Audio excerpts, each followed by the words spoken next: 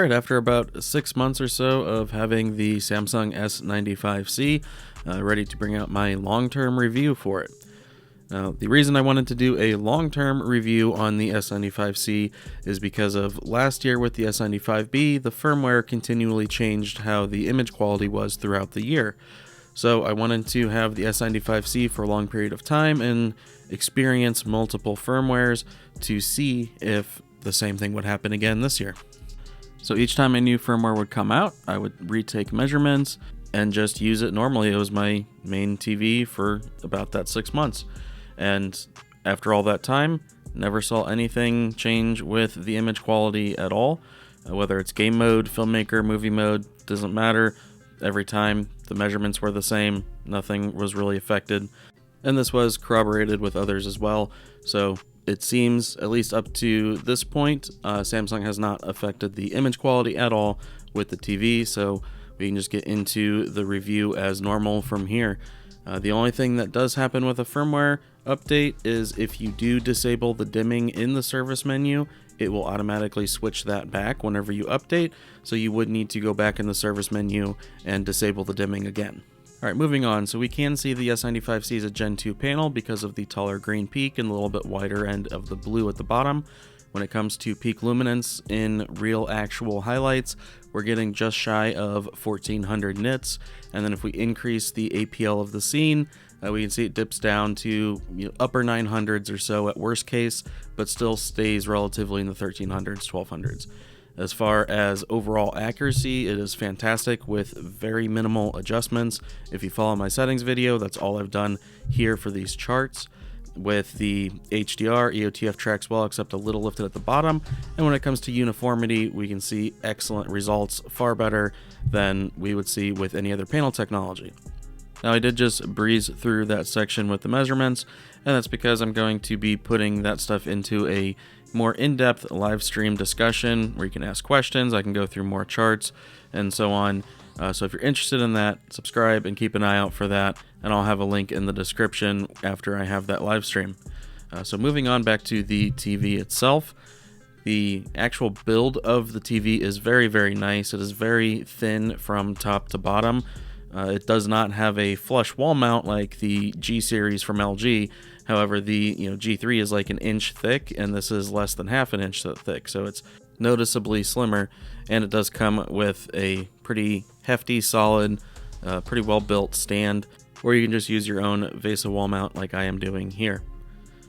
Now, everything that you're seeing right now in this footage is after a full calibration using BT2020 and not P3. Now, I'll show some examples here as to why.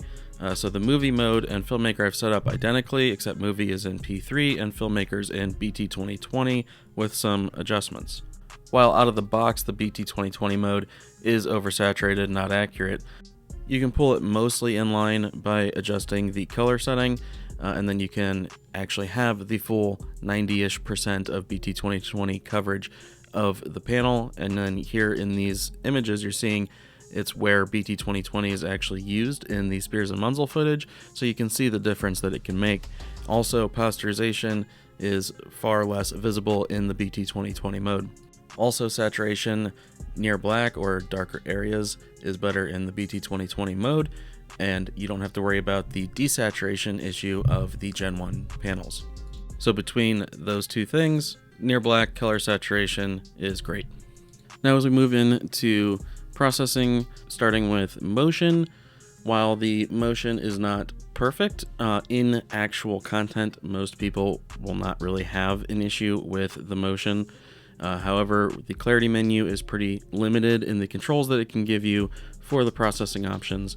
And while it's recommended to put the de-judder de-blur at 0.0 instead of just having it off for proper film cadence, the issue is whenever you do that or have judder reduction turned up at all, you can see as this pattern goes up or down when there's the vertical panning like motion, then it has stutters. Now that would be a rare occurrence in real content. However, there are some scenes that do have vertical panning, so that can cause an issue. Also, for someone like me who doesn't like any soap opera effect at all, even setting judder reduction to 1, it becomes visible, so when you have high contrast scenes like this with panning, then you do see the stuttering issue and you see the skips basically per frame. However, now if I go to real content with a panning shot that's both horizontal and vertical, you can see that while it's pretty much on par with anything else that's sample and hold, it's not that much of an issue to worry about. This here Samsung has two options for tone mapping, so static is dynamic tone map off, and active would be dynamic tone mapping on. Having active on will raise midtones to be brighter than they are supposed to be. Using static, we can see the tone mapping is actually very good with HDR10 content, and in this scene you can see the little dot of the sun peeking through the clouds, where on other TVs sometimes that is blended together and you get no detail. When it comes to the shadow detail, it is just a hair brighter than it's supposed to be. However, for most home users, that's going to be a positive thing because most home users don't have a completely blacked out room. Now moving on to gaming. On one hand, this is the best looking gaming TV that you can get. Now out of the box, it definitely needs some work, especially because if you bring up the game bar, it's going to be in standard by default, and you need to change that to original for SDR gaming if you want any sort of accuracy. And then for HDR, you got to go into a different menu and enable the game HDR basic. So I do have a video explaining all of that for gaming, and once you do all of that, then it's actually really good in game mode. And for those of you that want very bright SDR gaming, it gets upwards of around 600 nits. And in HDR gaming, you can use the active tone mapping setting to increase the brightness of all the midtones if you aren't worried about the accuracy. Now also with gaming, this TV has very little posterization visible, so looking up into bright skies, you're not going to see the swirling color banding. And when it comes to bright white highlights, they're very bright and defined, and while I have shown before they aren't quite to the level of where the LG G3 is, they are very close, and if they weren't next to each other, you wouldn't be able to tell. But then when it comes to very bright colors, this TV is far superior to the G3 when it comes to game mode. And then again, looking into shadowy areas, the bottom end of the EOTF is lifted a bit, but if you are in a room with ambient light, it just means the shadows will be a little bit more visible and more matched to the environment. And then with the input lag, it's one of the fastest available TVs that you can get and nothing to worry about at all. Then with the game bar menu, there's a mini map zoom thing. So what this does is it lets you put a box over an area on your screen and then amplifies the size of it on the left, right, or whatever. I think this is a little gimmicky. I don't see many people actually using this, but it's there. And you also have a crosshair option as well. The main concern and issue that holds this TV back, though, when it comes to gaming, is it's not the 40 gigabits per second versus 48 gigabits per second on the HDMI ports. It's the fact that the game mode in general can have black screen dropouts, meaning the video signal is lost and all you see is a black screen for about 2 seconds, and then it comes back. It doesn't do a full handshake most of the time, and I say that because I experienced it and many people experience it with consoles. Even the Nintendo Switch, which is 1080p SDR 60 hertz, so that's as down as low as you can go, and it still happens there. But on PC, if you are at 144 hertz, that black screen can trigger a full handshake, so you get the spinning circle, and it takes 5 or 6 seconds or however long it is. And I suspect the reason for that is because at 144 hertz in HDR 10-bit, because there isn't 48 gigabits per second, it's going to use DSC, or display stream compression.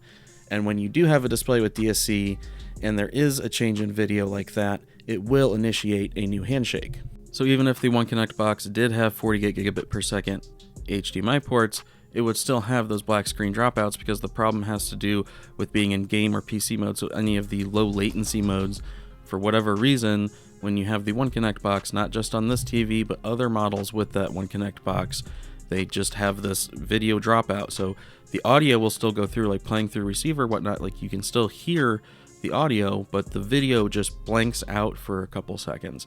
And again, that happens on Switch, PS5, Xbox Series X, whatever.